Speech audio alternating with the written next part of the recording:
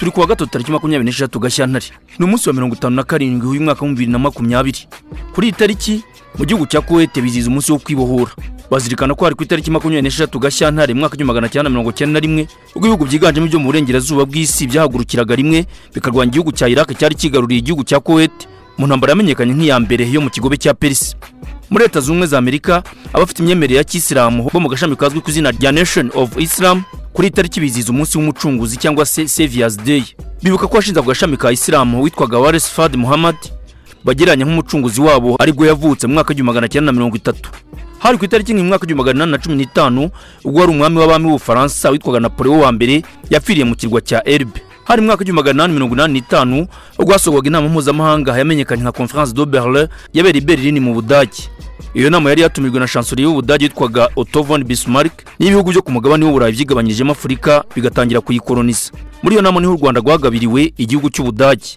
Hari mu mwaka wa 1952 ubwo wari minisitiri w'intebe w'Ubwongereza Winston Churchill yatangaza ko igihugu cy'Ubwongereza cyari gifite intwaro z'ubumara bombe atomique. Hari mu mwaka wa 1988 ubwo mu gihugu cya Panama General Manuel Noriega yakoreraga coup d'etat wari perezida Eric Arturo Derivalle.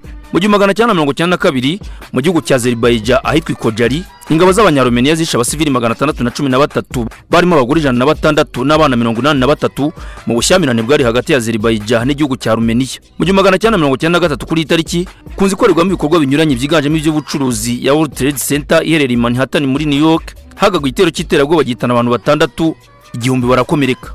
Iyo nzu yaje gusenyuka burundu mu gitero cy'iterabwoba cyagaguye ku itariki ya 11 Nzeri mwaka wa 2001 kigambwe n'umutwe wa Al-Qaeda. Icyo gitero cyagaguye kuri iyo nzu no kuri Minisiteri y'Ingabo cyahitanye abantu 2977 hakomerekeramo abantu 6291. Hari mu mwaka wa 2004 ubwo ari perezida wa Macedonia Boris Dragičević yakoraga impanuka y'indege muri Bosnia Herzegovina akitaba Imana. Hari mu mwaka wa 2012 ubwo muri Leta Zunze Ubumwe za Amerika muri leta ya Florida ahitwa Sanford harasigwaga umusore w'umwirabura w'imyaka 17 witwaga Trayvon Martin bikozwe n'umuzungu witwa George Zimmerman bigakurikirwa n'imyigaragambyo yabaye hirya no hino muri Leta Zunze Ubumwe za Amerika by'umwihariko mu mujyi wa Chicago na New York. Hari mu mwaka wa 1531 ubwo mu gihugu cya Portugal mu murwa mukuru Lisbon habaga umutingito wahitanye abantu igihumbi. Itariki yavutseho ibihangange n'ibyamamare. Mu mwaka wa 1365 havutse Valentiniye wa mbere wabaye umwami w'abami wa Roma. Mu 1361 havutse Wenceslas wa mbere wabaye umwami w'abami wa Roma. Mu 1916 havutse Christophe wa gatatu wabaye umwami wa Denmark, Swede na Norvege. Mu mwaka wa 1786 havutse umufaransa wari umuhanga mu by'imibare, ubugenge n'iby'inyenyeri witwaga François Arago. Mu mwaka wa 1802 havutse umufaransa wari umusizi hakaba n'umwanditsi w'ikirangirire witwaga Victor Hugo. Mu mwaka wa 1829 havutse Oscar Levi-Strauss, umunyamerika washinze uruganda rukora imyenda izwi nk'amakoboyi cyangwa se jeans afite imyaka 24. Iyo myenda yanamwitiriwe usanga yanditseho Blues Jeans Levi-Strauss. Mu 1885 havutse Alexandras Strungiski wabaye perezida wa Lithuania kugeza mu 1969 ubwo yitabaga Imana. Mu 1928 havutse General Ariel Sharon wabaye minisitiri w'intebe wa Israel kuva mu mwaka wa 2001 kugeza mu mwaka wa 2006.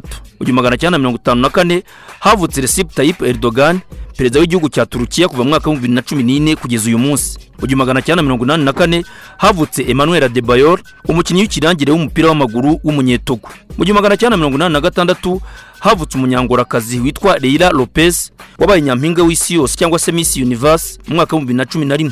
Hari mu mwaka wa 1806 ubwo hatabarukaga Thomas Alexandre Dumas umusirikare w'umufaransa wabaye icyamamare mu mpinduramatwara y'abafaransa Revolution Française akaba ari na se w'umwanditsi w'ikirangirire witwa Alexandre Dumas. Abakomeye ku myemerere ya gikirisitu uyu munsi bazirikana mutagatifu Alexandre w'i Alexandrie, Andrea, Denis, Eloade, Faustinier, Sebastiani, Irene w'igaza, Matilda, Paula na Piedade de la Cruz washinze umuryango w'Abasalizienne b'umutima mutagatifu.